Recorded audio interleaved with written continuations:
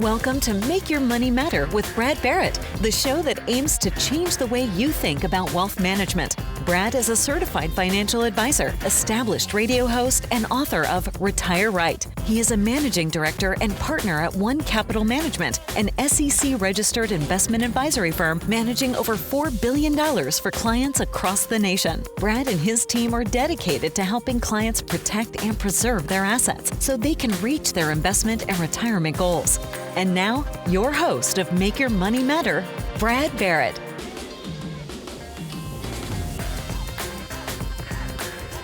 What's up, everybody? Welcome to Make Your Money Matter. I'm your host, Brad Barrett. I'm also managing director and partner here at One Capital Management, reminding you that your money matters. Stress. We experience it, all of us, in different ways. And the reality is that there are many things that cause stress. Money, jobs, family, life events. Like just this morning coming in here, I not only hit traffic, I also spilled my coffee. Spilling coffee, by the way, is like the adult equivalent of a child losing their balloon, isn't it? I mean, it's just, you're mad, you're frustrated, you're stressed, and then you bleed, that bleeds into your day. I mean, anything that adds pressure, I should say, to our lives can cause stress, and it affects us all differently. It can manifest in really a number of ways, mentally, physically, socially, and it can be very serious for some of us. And today I'm going to focus on the first one I mentioned, money.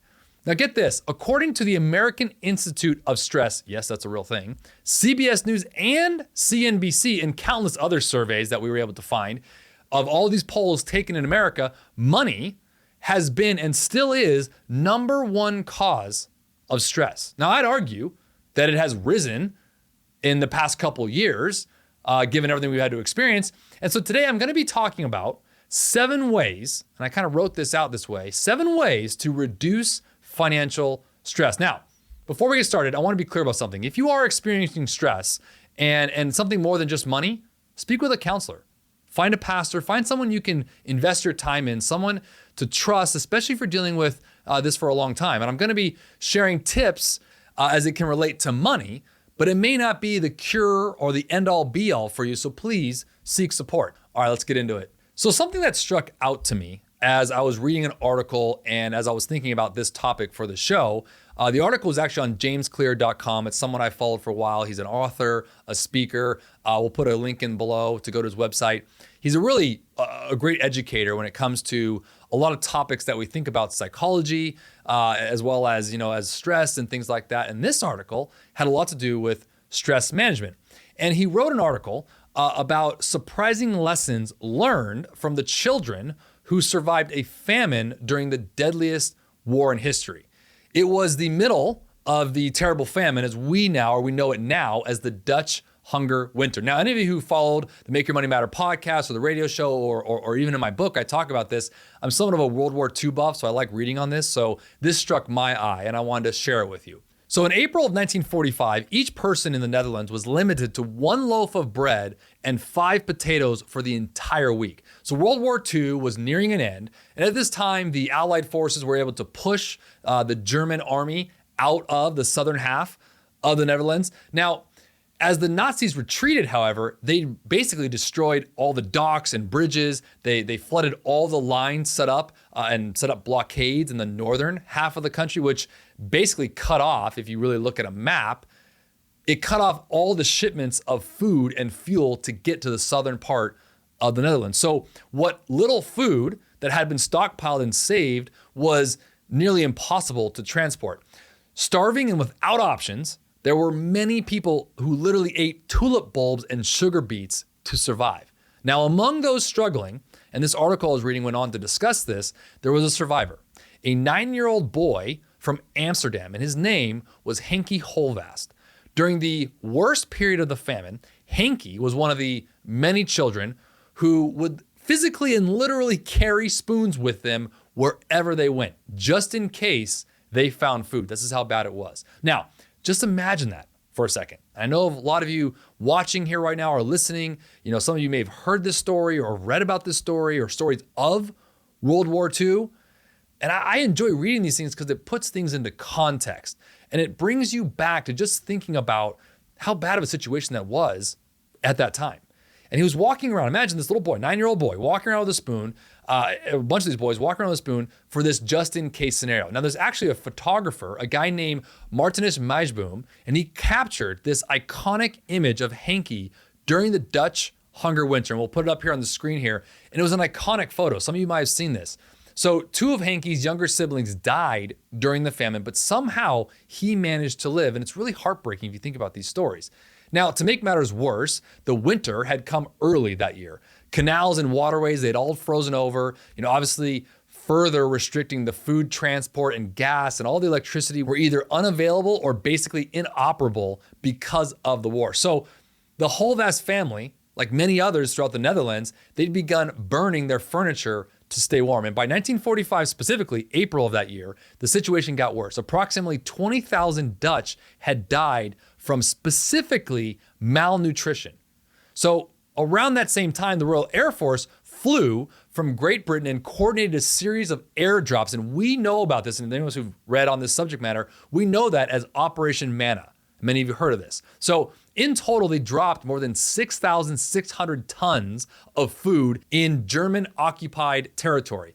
The Dutch responded with a beautiful but very simplistic message of many thanks, and it was written in tulips on the countryside. It's one you may have seen before. We'll throw it up here so you can see it if you're watching the show, and it's really just fascinating to look at. Now, where am I going with this? The impact of stress, we all experience it. We all know what it can mean for us individually. And this article I was reading had a lot to do with some of the stresses I work through in my own life, but also what I work with many of my clients here at One Capital with when it comes to a specific subject matter of money. Now, switching gears for a quick second, I'm going to come back to this. According to a 2021 Capital One CreditWise survey, 73% of Americans ranked their finances as the most significant source of stress in their life. I want to ask real quick and take a pause. Is that any of you right now? Now think about that for a second. 73% of our brethren and our sisters out there have that as the top stress in their lives. Now, I know we're not in World War II era right now, although we've had a rough couple of years. We're not having the travesties that I mentioned or that were going on that the Dutch were having during that period, but it is still real to us. The stress of money can be real. Now, as far as famines go, the Dutch hunger winter that I was mentioning was remarkably unique. Most famines occur in areas that suffer from overpopulation or severe crop failure or repeated periods of political instability. The Netherlands experienced none of these influences. Once the war ended and Allied troops arrived, the Dutch quickly recovered to basically a normal diet. So it was really unique if you look at famines in that regard. From a scientific perspective, the Dutch survivors were perfect for a study. And this is where I want to come back to the idea of stress and how it relates to our lives. The population consisted of a well-defined group of people who experienced one period of malnutrition at exactly everyone at the same time. So in the 1990s, Dr. Tessa Roosboom, a medical faculty member from the University of Amsterdam, began diving into the data about the children conceived and born during the Dutch hunger winter. Now, thanks to the meticulous record keeping kept by the Dutch, Roosboom was able to track thousands of children throughout their lives. Now, what she discovered was remarkable, and this is why I'm bringing this up, and this just struck me as crazy. In this article, again on jamesclear.com, and what I wanted to bring up today as it relates to our stresses, and specifically about money, according to Roosboom's research, children who were conceived during the Dutch hunger winter had the following: higher risk of cardiovascular disease as an adult, by the way, that was up 2 times greater risk, higher rates of obesity throughout life, increased risk of high blood pressure as an adult, higher rates of hospitalization as an adult, basically increased illness, and the lower likelihood of being employed. Now, in other words, the children who were still in their mother's wombs during this brutal winter had poor health 6 decades later. So these studies were groundbreaking because they revealed just how deeply stress can burrow into our lives. Not only do they affect the stress and malnutrition impact at the time they were happening when they occur, they have a lingering effect on ourselves and our children for decades to come. And that's how I want to look at this when it comes to stress in our own lives. Nowadays, I think we all hear about stress management, whether it's meditation or different things. And I always heard someone say, breathe in today and breathe out yesterday. It sounds like I'm on some yoga retreat or something like that. But we've heard of these things. And look, the idea is to make sure that we start with the concept of understanding stress, but also look within to understand what it is that you're actually stressed about. Is it around money in particular? Is it not having enough? Is it having too many options, the whole paralysis by analysis? Is it not understanding what money is or the options around money and which one to choose? And I've said many of these things before, but sometimes the decisions in life, whether it's money related or anything else, quite frankly, it's easier when it's can we versus should we. Now, what I mean by that is when it's should we, it's usually choosing between two pretty good options, right? Should we do this or should we do that? It's interesting when you think about it because that comes from a society of abundance. When we have too many options, just take a Netflix account. For example, my kids, my 6-year-old Brooks, my wife Veronica and I, we talk about it. And I think many parents out there and grandparents, you kind of run that line of are they addicted to shows or technology or iPad? I mean, he'll look at Netflix and I sat down with him the other weekend to watch a show with him. And we looked up Netflix and I don't know about you, when I was a kid, we had one option at one time period. If you missed it, you missed the show. But now with Netflix, he pulls up like 15 shows and he's spending half his time looking for the show. I mean, it's overstimulating. I mean, don't we feel that sometimes when it comes to investments or money or what we should do? I mean, before we even get into the concept of money, we actually are stuck in the analysis phase, this paralysis by analysis. So reducing stress isn't something that only those in dire circumstances, like I mentioned, need to consider. It's something I think we all need to handle and understand, and how it relates to money is quite unique and quite important. Stay connected. Get frequent updates on the show. Follow Brad Barrett and Make Your Money Matter on most social media platforms. And catch full episodes of Make Your Money Matter streaming now on our YouTube channel. To schedule your no-obligation appointment, go to onecapital.com or call 805-410-5454. I want to go back to that study I mentioned before. 73% of Americans rank their finances as the most significant source of stress. That is a high majority. Now, I know here in our practice at One Capital Management, of the couple thousand clients that we are blessed to serve across this great nation, and actually globally, really at this point, it's a bigger topic. You've heard me say this before. I'm a big believer in the behavioral financial traits of our clients or any investor. My job as a good advisor, and really any good advisor's job, is to understand where you are in your financial life. What is your financial picture? Yes, we need to put all the numbers together, but we also need to say, what is your relationship to money?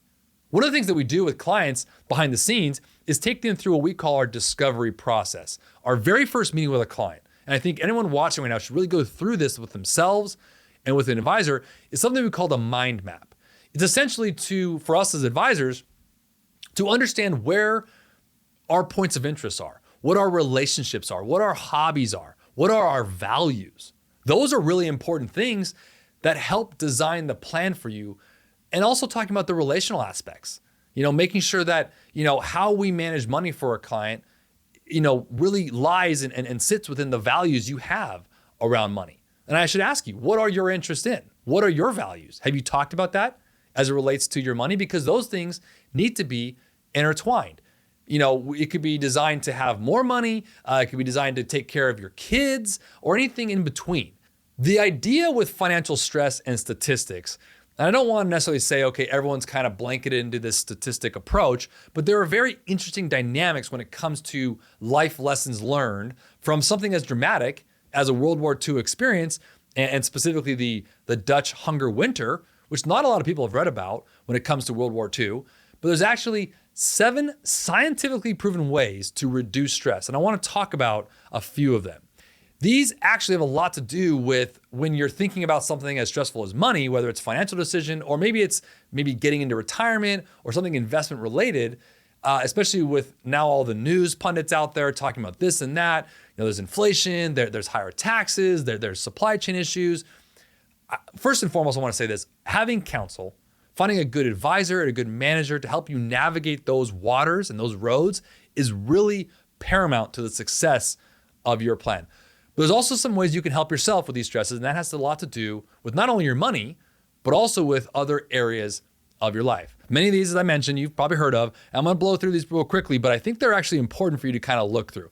Okay, number one, exercise. I think we all know that it kind of, increases the heart rate and then lowers the resting rate, which is really good therapeutically for yourself. I know for me, my sports kind of being in the water, really like surfing, and that's just my jam, right? And every one of us has our own exercise technique. Number two is meditation. There's Eastern meditation. Obviously, that's the yoga world where they're kind of the inward look for yourself. For me, it's always been biblical, kind of that outward expression of meditating. Three is music. Now, I love this one. Listening to music can actually trigger the release of stress-reducing chemicals in your body, which I think is pretty awesome. Now, my go-to playlist is Zeppelin. Zeppelin 1, 2, all the way up to House of the Holy. Coda was a little suspect, but you get my drift. Big rock and roll fan here, and you'll find your own music, but believe it or not, it can scientifically trigger the release of stress-reducing chemicals. Number four is sleep. This one is probably not a shock to anybody. A nap or a solid 8 or 9 hours of sleep can really help. Now, I know in our own family, we've talked about it because sleep is the one thing that gets disrupted having small children. I have a 6-year-old and a 4-year-old. But it is important to be able to take stock in your sleep and work through those days when you can and clear some schedule. Try not to overcommit to things because it does matter. The fifth thing that I loved was laughter. Everything is better, I think, in life when you can laugh, including your stress levels. You want to know why I do a financial show like this? I'm trying to make it a little bit lighter than just some stockbroker kind of guy saying, well, the index was this today and inflation is going to be that tomorrow. Like, no one wants to listen to that. So have some fun, laugh a little, and I think that's important. Number 6, stand up straight. I thought this one was kind of funny to me. Sounds like my grandfather right now. I remember as a kid, like, stand up straight, boy. I loved him. He's an old military kind of guy. He's 93 years old, by the way. He literally told me the saying, a rolling stone carries no moss. The guy's still out every day mowing his lawn. Love him to death. Talk to him every week. Pa John, if you're watching, love you. Stand up straight. Surprisingly, research from Harvard has actually revealed that your body language can impact the amount of testosterone and cortisol in your bloodstream. Pretty interesting, right? So stand up straight is a way to reduce stress. Now, the 7th and final thing that was scientifically proven to reduce stress is art. Now, don't confuse creating art with being artistic. What I think this is talking about, what we're talking about here, is creating something rather than sitting around and passively consuming. Something I tell my kids all the time, create, don't consume. I've actually said this a lot before when it doesn't matter what it is you're doing, but I would actually rather see someone create than consume. So instead of binging on something or do something, we've heard that expression before. We've heard the expression, it's more of an art than a science. I think it's important when you look at the 7th item here, reducing stress, and find something you want to do and enjoy it. And like for my father-in-law, I'm using him as an example. He'll go in the garage and tinker around, whether it's on a dirt bike or building something. That's art to him. And so I'm not talking about becoming Pablo Picasso here. I'm just talking about finding your outlet, creating something, being creative.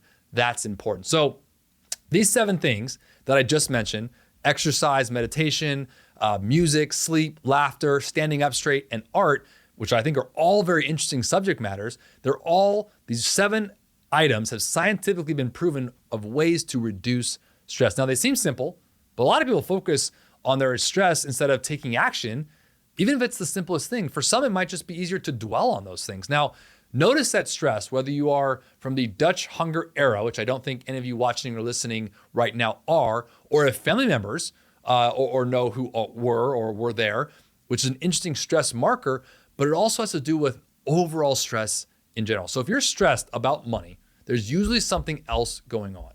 We are either overspending in certain areas, or we have a spending problem maybe. We have a savings problem potentially, like we're hoarding money. So some of our own actions actually increase our stress. So taking a look inward, maybe using some of those 7 things to curtail some of those things. But one of the best ways to do it is also to actually seek that counselor, that advisor, specifically around money. If you haven't done so already, you can reach out to us. We're here to do that. We're here to help reduce the stress and the anxieties that money can bring. So reach out and find that person you can build trust in to make sure that the stress doesn't get too much.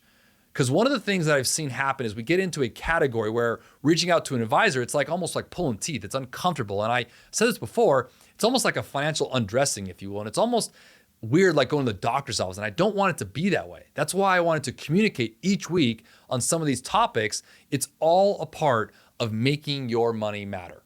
Okay, it's time to answer your questions. If you have a question or topic you'd like me to address, you can leave a comment or a question in the comment section. Or if it's something you want to do more one-on-one, just go to the About page on this channel and send us an email. We'll always keep the questions I read here anonymous, so you never have to worry about your name being shared or anything like that, but we'd love to hear from you.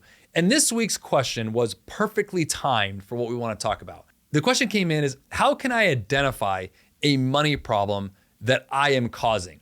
Well, I mentioned a few earlier. I think the first thing we need to do is to be brutally honest with ourselves. Take a look at where you are spending your money, because I think the root of a lot of problems around money has to do with our spending. Because if you think about it, if we are spending versus investing or saving, then we are not growing our wealth. We are spending our wealth. And as I said before, the moment you find that education, that learning how to spend your money to invest your money versus spending your money to consume other things, there's something that clicks. And I think that around that topic, when you talk about those things, budget or spending is the first place I think anyone needs to look at when it comes to, are you causing yourself a money problem? And believe it or not, that's a hard thing to do because it's stressful to look at a problem. We're talking about reducing stress today, and it's like the last thing we want to do. You want to lean away when you really should be leaning in. So I want to answer very simplistically. Be honest with yourself and look at where you're spending. Are you putting your money in places that are working for you? Or are you putting your money in places that the items that you're purchasing or consuming are really serving you at the moment, not tomorrow or 10 years from now? I think that's a really great place to start if you want to look at, are you causing yourself harm around, money or the concept of it? And I'll say one other thing on the flip side of that.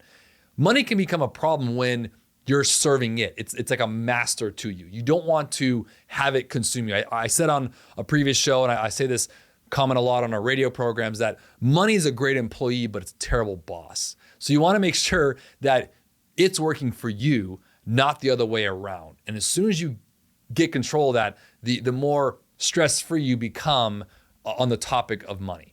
So again, if you have a question or a comment you'd like me to read here, leave it in the comment section or email us, again, in the About page on our channel. And before we go, if you found anything helpful today and want to learn more, you can visit our website at onecapital.com. You can also text us. Look, we want to hear from you. We want to help. There's no pressure here. We don't treat people like a number. In fact, we value relationships. It's the lifeblood of what we do. So click, call, or text us today. If you're not following us on social media, you should be. We're sharing great information on all of our social media platforms. And as I often say, if you enjoy this show, share it. Share it with someone you like. If you don't like the show, I guess share it with someone you don't like. But until next week, always remember, make your money matter. The information in this show is educational and general in nature and does not take into consideration a listener's personal circumstances. Therefore, it is not intended to be a substitute for specific individualized financial, legal, or tax advice. To determine which strategies or investments may be suitable for you, consult the appropriate qualified professional prior to making a final decision.